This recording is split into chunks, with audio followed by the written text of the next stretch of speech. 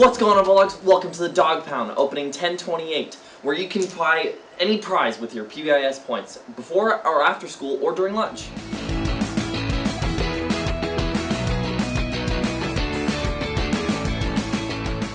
Hi kids, I'm Gio, and I'm here to tell you about the PBIS store and how you can earn your PBIS points, and what to spend them on. Let's take a look. PBIS stands for Positive Behavior, Intervention, and Support. Those words are reflected by the key morals of this school: kind, being respectful, and showing integrity. That's how you earn these points, is by showing those values. Now, let's take a look at some of these rewards that you can earn. This Hydro Flask is a certain amount of points.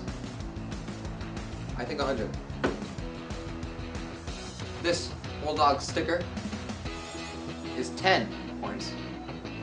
And this Cafe Rio Mexican Grill is a certain amount of points. Thank you for listening. I'm Giovanni Pantoja, and this is PBIS. Welcome back, Bulldogs. We're your anchors for this week. I'm Annalie. And I'm Nate. Hopefully you all had a great break. Let's go see what our BVTV crew was up to over break.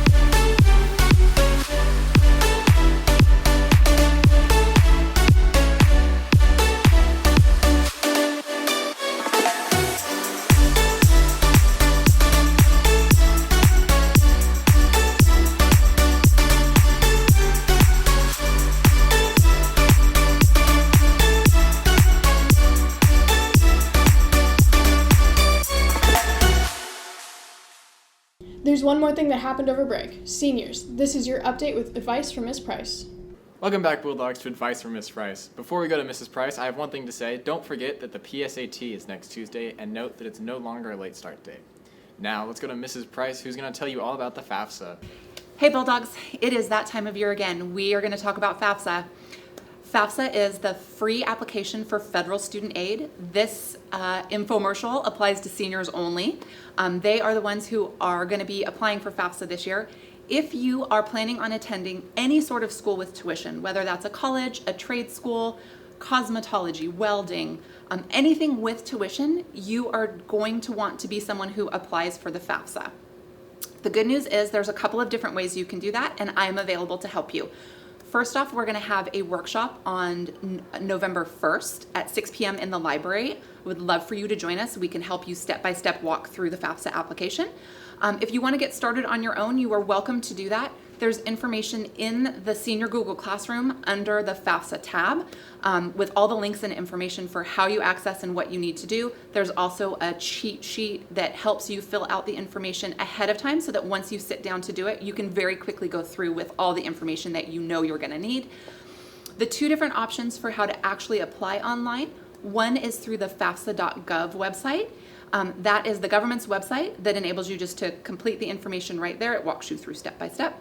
The other option is sort of the TurboTax for FAFSA, and that is the kind of abridged version that we use here at Queen Creek High School, and that's through your Going Merry account.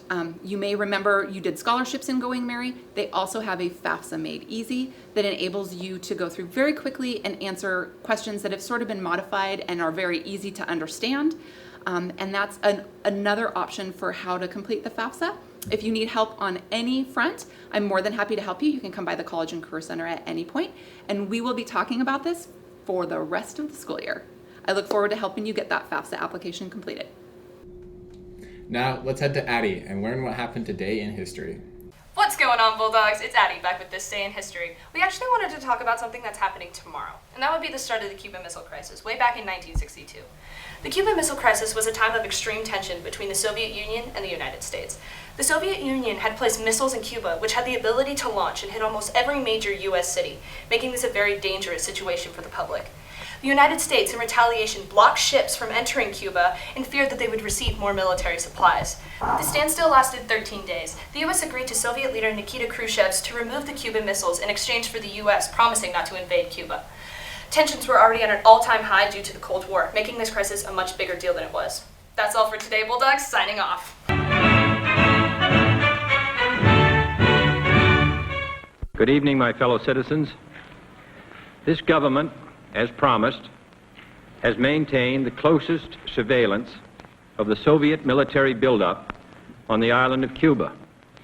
Within the past week, unmistakable evidence has established the fact that a series of offensive missile sites is now in preparation on that imprisoned island. The purpose of these bases can be none other than to provide a nuclear strike capability against the Western Hemisphere. Today's National Day is National Concert Day. Let's go learn more.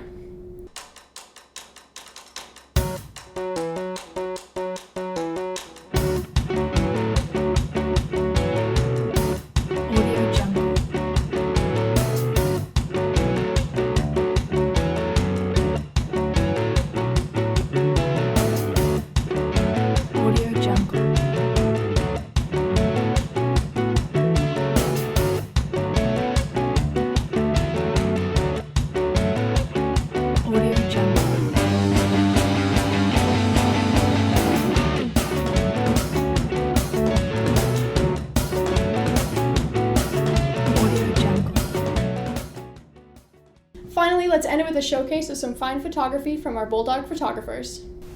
What's up, Bulldogs? Today we've got some great student-made photos to showcase. Alrighty, let's check out these photos. It seems on the far right here we have a picture titled Plants, and it's by Mark Miley. As you can probably see, this picture contains a green and yellow organism known as flowers. I bet you never seen those before.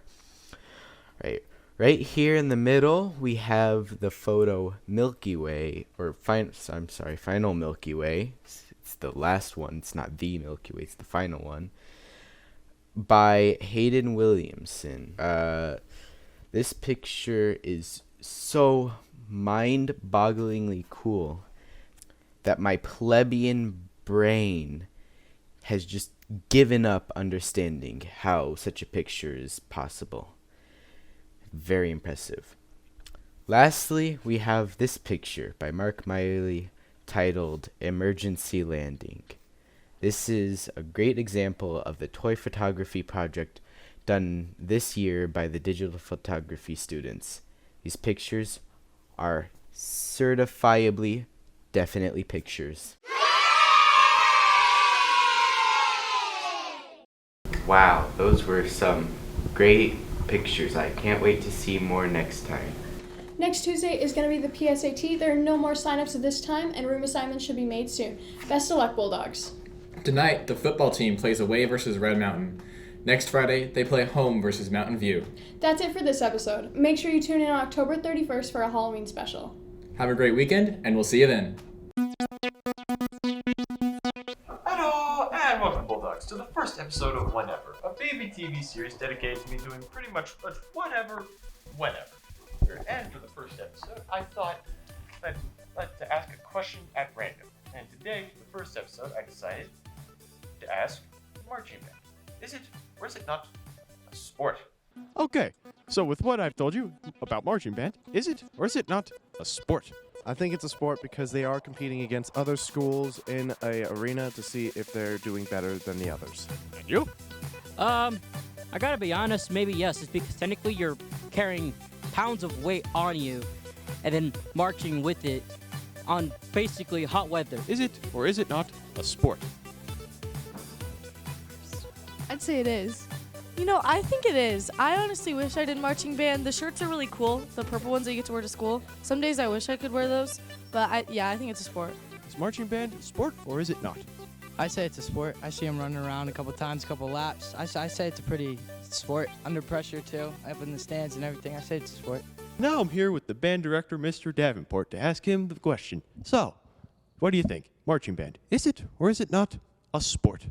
Absolutely. Absolutely. The amount of athletic exertion that these students do to be able to do successfully what they do with their bodies, the movement that they make trying to get around the field while still trying to play musically, it requires so much physical exertion and effort on their part. It's absolutely an athletic sport. All right. Thank you for your response. Thank you. Well, there you have it. The on average of everybody said yes to my question. I was surprised that literally no one said no. Well, that concludes. It's all we can get in for today's episode of Whatever. And join us whenever I'm back on camera.